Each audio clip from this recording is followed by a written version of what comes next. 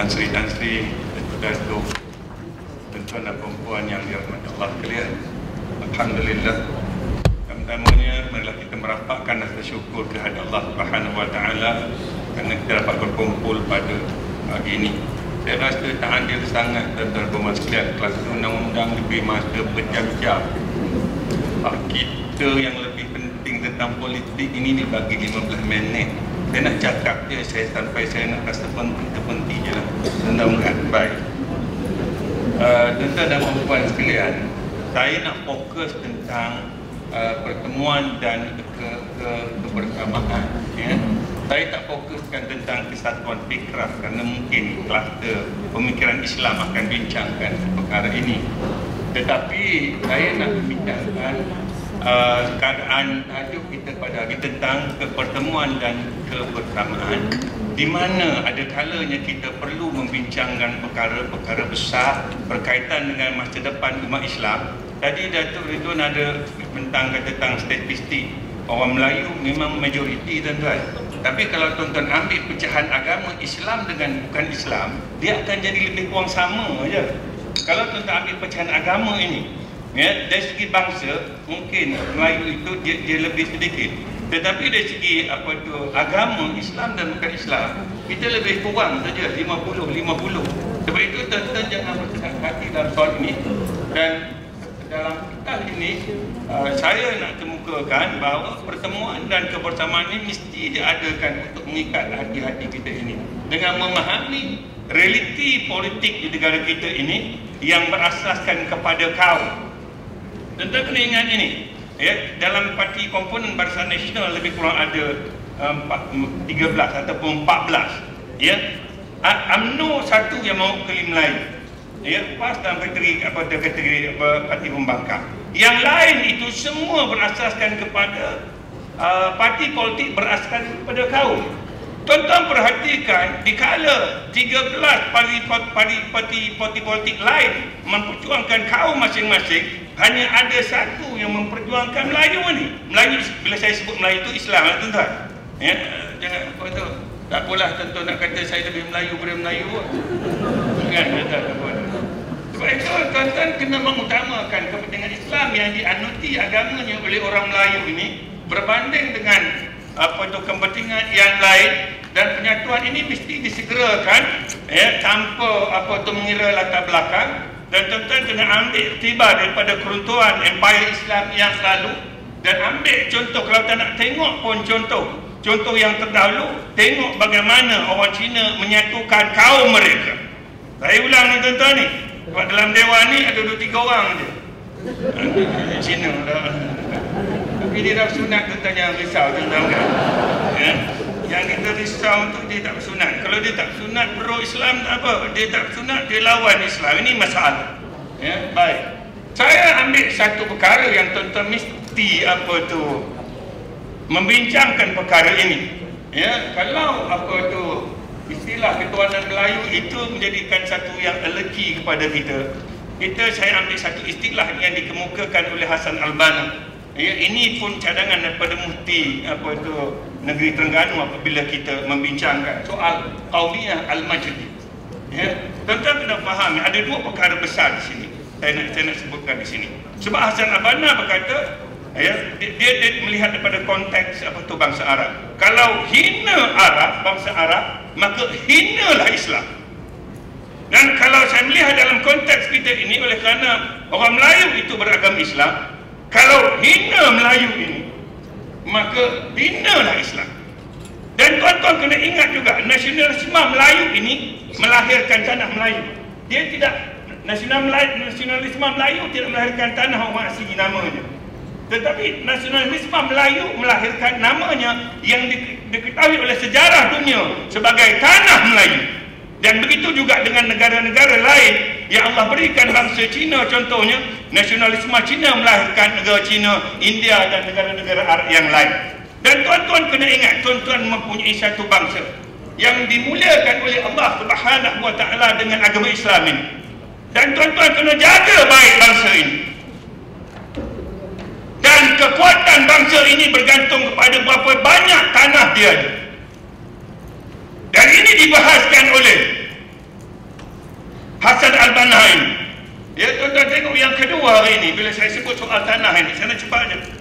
Datuk Muhyiddin jangan risau, suara je kuat tapi tak lama. Apa nak kata.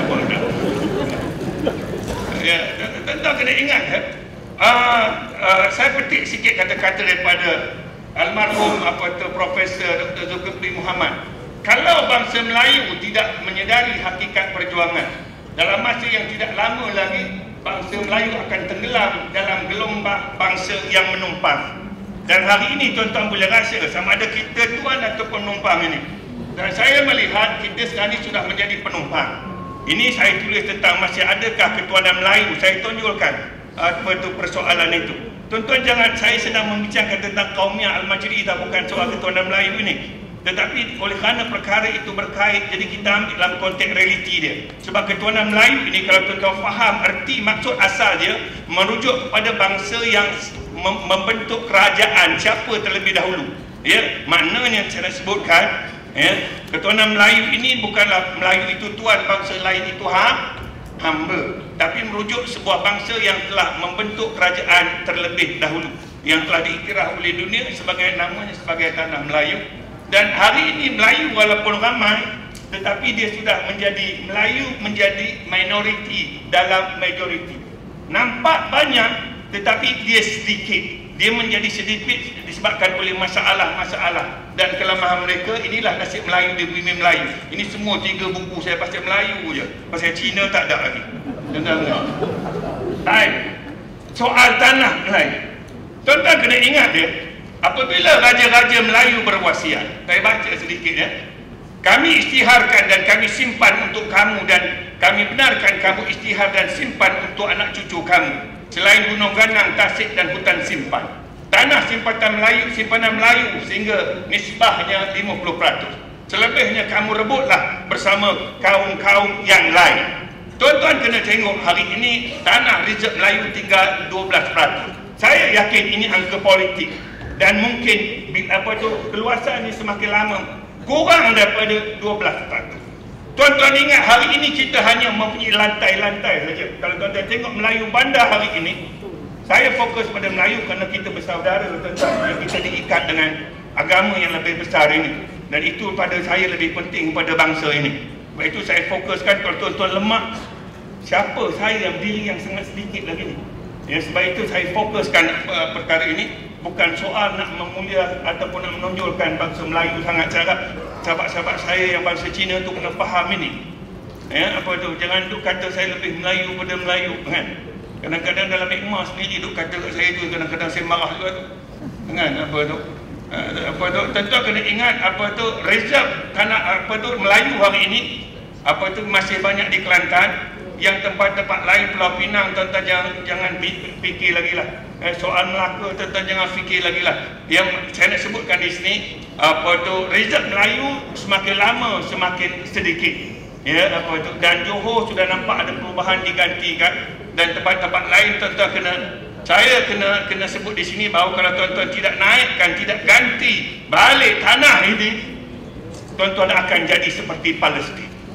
Apabila orang-orang Palestin menjual tanah mereka kepada Yahudi, hari ini tuan-tuan tengok berapa besar tanah di Palestin hari ini. Itu tuan-tuan ambil iktibar. Ya, sebab itu saya dua perkara besar yang tuan-tuan kena bersama duduk semeja bincang ini, soal bangsa Melayu ini dan agama terasnya Islam, dan juga soal tanah Melayu yang semakin lama semakin pupus ini, dan yang hanya ada lantai-lantai flat yang mereka duduki hari ini, terutamanya di bandar-bandar. Baik, yang ketiga yang seterusnya saya nak sebutkan di sini, suka ataupun tidak, kita kena mengakui bahawa parti orang Islam yang kuat pada hari ini adalah UMNO dan PAS. Ya, yang kena menjaga lain-lain bangsa yang ada di negara kita ini atas dasar Islam ini. Saya ingin mencadangkan kepada tuan-tuan dan puan-puan sekalian, ya, dan benda ini pun telah sinonim lah. Ada masjid UMNO, ada masjid PAS, betul kan? Tuan-tuan, dalam konteks ini, dalam mencari keberkesamaan dan pertemuan ini, orang UMNO pergilah semayang kat masjid PAS, orang PAS pergilah semayang kat masjid UMNO. Yang degil-degil nak semayang tu pergilah tuan-tuan kena paksakan sendirilah. Dan saya nak sebutkan juga di sini dalam mencari persamaan dan pertemuan dan kebersamaan ini. Sesekali ini saya nak tengok satu masa nanti tuan-tuan bagi ruang dan peluang ya untuk Presiden PAS baca khutbah di Masjid Negara dan dipancarkan ke seluruh negara seperti yang berlaku pada hari ini. Ya. Dan biar makmum dia adalah Perdana Menteri dan Timbalan Perdana Menteri. Dan saya turut mencadang tuan-tuan tahun depan buatlah rumah terbuka Hari Raya Aidil Fitri ini di Masjid Rusila. Dan tuan-tuan kena mulakan. Saya nak sebutkan pepatah Cina ada menyebut tuan-tuan nak berjalan 1000 langkah ini tuan-tuan kena mulakan dengan langkah yang pertama. Ya, kalau tuan-tuan benar-benar telah nak menyatukan umat Islam pada hari ini. Prof Datuk Radwan telah bincangkan dengan panjang lebar tadi soal ini. Ya, dan itu belum kita nak highlightkan lagi tentang kelemahan-kelemahan kita, ya. Dan juga dulu saya ketika tuan-tuan kita mengadakan perhimpunan solidariti Rohingya 4 Disember dulu, saya ada mencadangkan alangkah indahnya ya selepas ucapan dan sebagainya itu umat Islam buat solat hajat bersama-sama, betul kan? Yang imam ni tak kira lah bubuh lah siapa pun kan.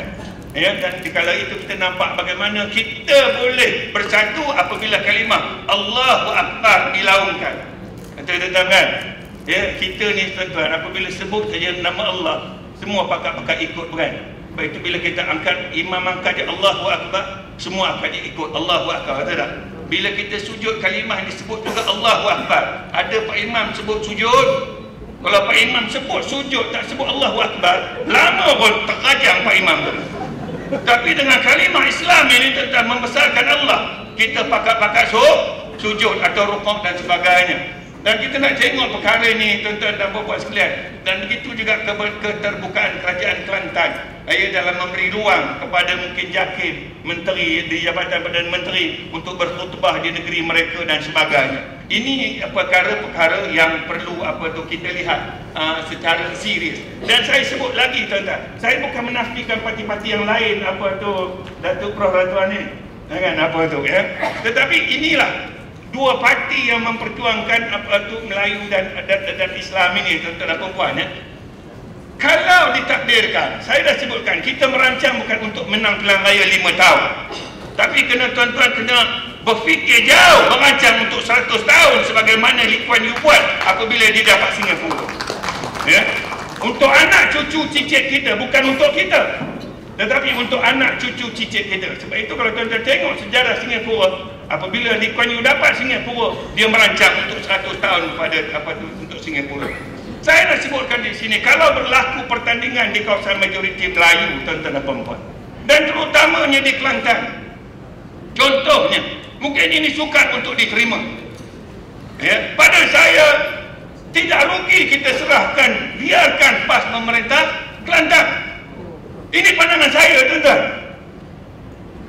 Ya. Pimai ditangtu juga. Yang lain membantu. Ya.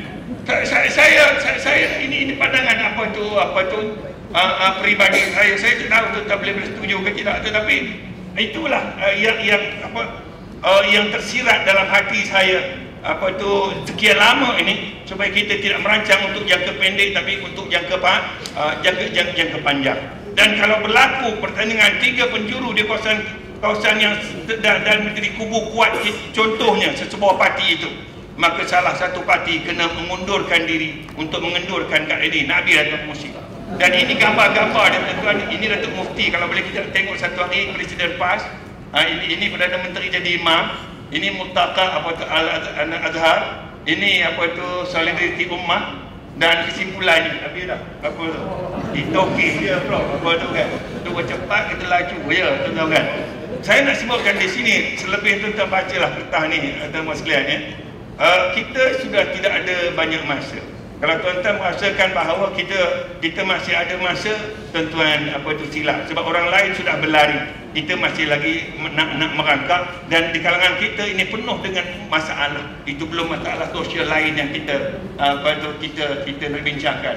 Sebab itu saya sebut di sini bahawa Kalau tuan-tuan tidak mulakan langkah pertama ini, saya bimbang kita tidak ada kesempatan lagi dikala orang lain semakin lama semakin kuat. Terima kasih banyak. Assalamualaikum warahmatullahi wabarakatuh.